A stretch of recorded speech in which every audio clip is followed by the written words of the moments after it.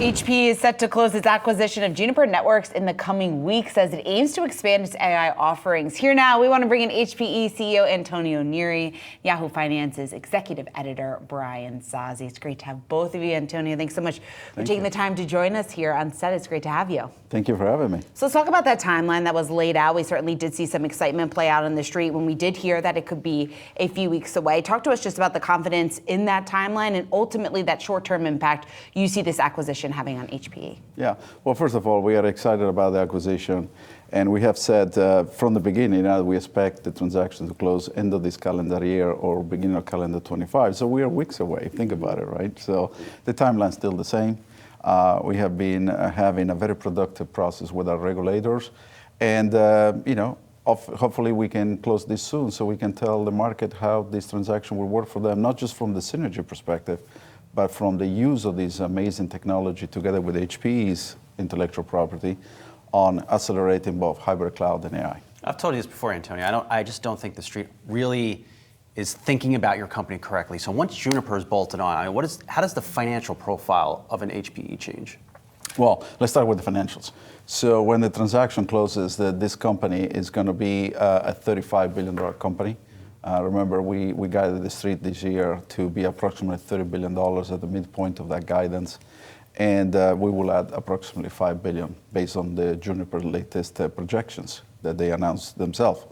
And so $35 billion, but the reality is that the networking business will represent more than 15% of our company profits. So from the structural financial perspective, now our margins are going to grow pretty nicely because obviously the networking business has a different margin structure. But what excites me is what we're going to do with our portfolio. And we have been talking about an edge to cloud experience. We talk about the world being hybrid, and now obviously in the last almost 2 years with AI. And you need a very strong networking foundation to deliver on the promise of both hybrid cloud and AI. At the core, AI is a hybrid and data-intensive workload. And so by design, you have to connect this massive amount of pool of data to the right model, whether it's to training and eventually inferencing.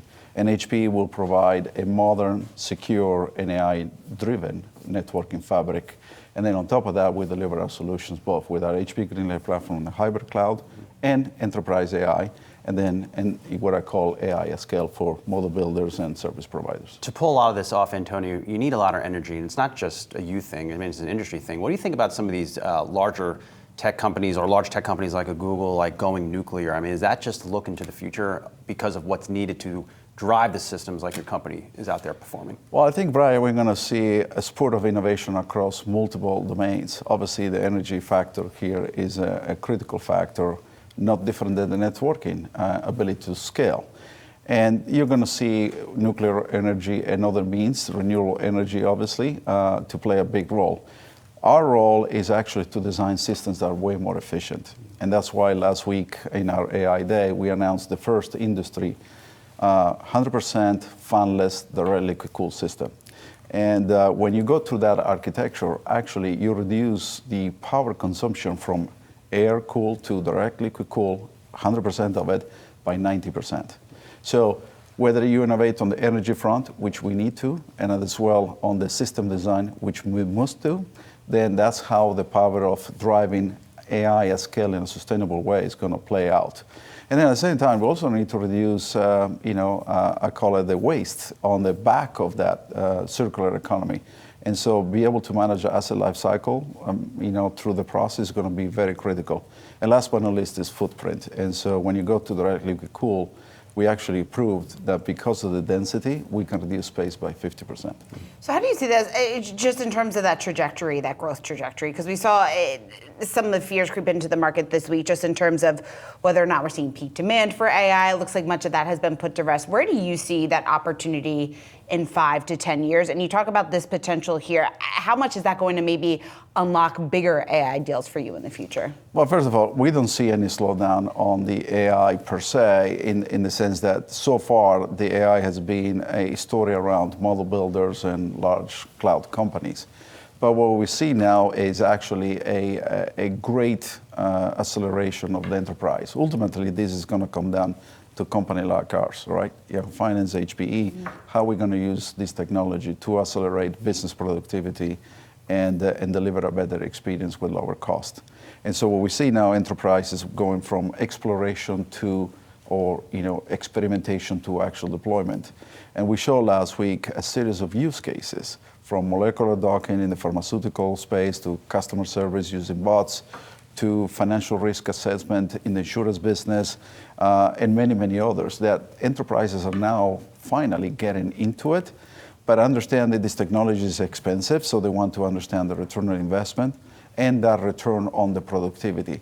But definitely 25, 26 is going to be, in my mind, a year where the enterprise is going to accelerate those deployments. I know you have known NVIDIA CEO Jensen Huang for a while. Yeah.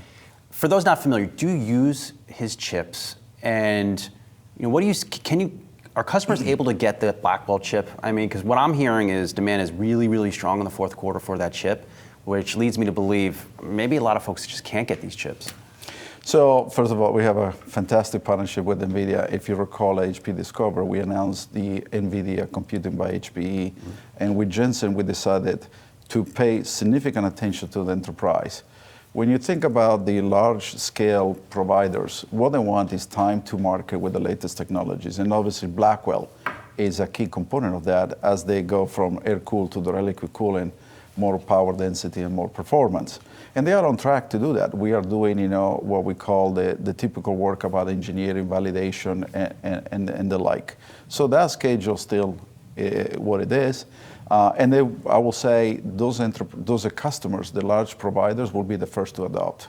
Then you have the second group of people, which we call it the tier 2, tier 3 service providers, which will be the second to adopt that because they need to have a data center that can use it.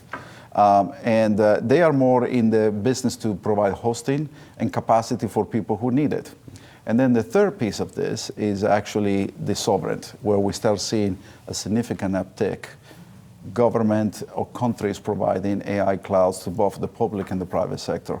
And last but not least is the enterprise. But the enterprise is not about the latest technologies. It's about simplicity and easy adoption. And that's why with Jensen, we focus on that market specifically, and we co-engineer a solution that comes out of the box ready to deploy. And we have shown demos that in 3 clicks in less than 30 seconds, you can deploy an AI application. And those customers will be on the back end of Blackwell, not on the front end compared to the other customers. Antonio, before we let you go, just to get your quick thoughts on the election, I'm curious the conversations that you've been having, some of the other business leaders within the tech space specifically, policy implications, one candidate versus the other. What is ultimately, is there one situation that's better than the other for your business specifically? Well, first of all, we as a company encourage our employees, we have more than 61,000, to go vote and make sure their voice is heard. But as a matter of company, we focus on policies that accelerates employment, that accelerates benefits for our employees, that protect our intellectual property, and that make us competitive. So in the end, it's going to be a balance between tax for corporation, tariffs. Where is that balance? And ultimately, need to live in an environment where it's fair to compete and win on their own merits. So it's not one versus the other one. I think sometimes we speak about one versus the other one. I think it's a middle ground between the two, to be honest with you. And I think, once the election is done, the reality will sink in. What is the most balanced approach to get the best outcome for the United States and ultimately continue to incentivize companies to invest, protect their IP, invest meaning in innovation, and making sure we continue to develop the workforce. Do tariffs make your life tougher? Would they make your life tougher? I think in general will make for everyone in the sense that obviously you need to have a product that's competitive out there, but also it comes on the merits of the product itself. It's not just the financial model itself. I will say higher corporate tax makes life harder because ultimately where do you invest the money, right? And we have invested a lot in intellectual property. Designing these amazing liquid cooled systems take a lot of investment over multiple years. And so we want to incentivize our companies to invest more in R&D and then obviously more in talent development. I argue everyone, including ourselves here at the table, will need to have an AI minor at some point because you have to live with AI. Obviously, you do your research. I don't want to go back to school. I'm done. I'm just too old for that. You have to do that. Nobody wants to go back. You have to do that. No, I don't want to. Antonio, always great to speak with you. Thanks so much. Especially it's great to have you in studio here this morning.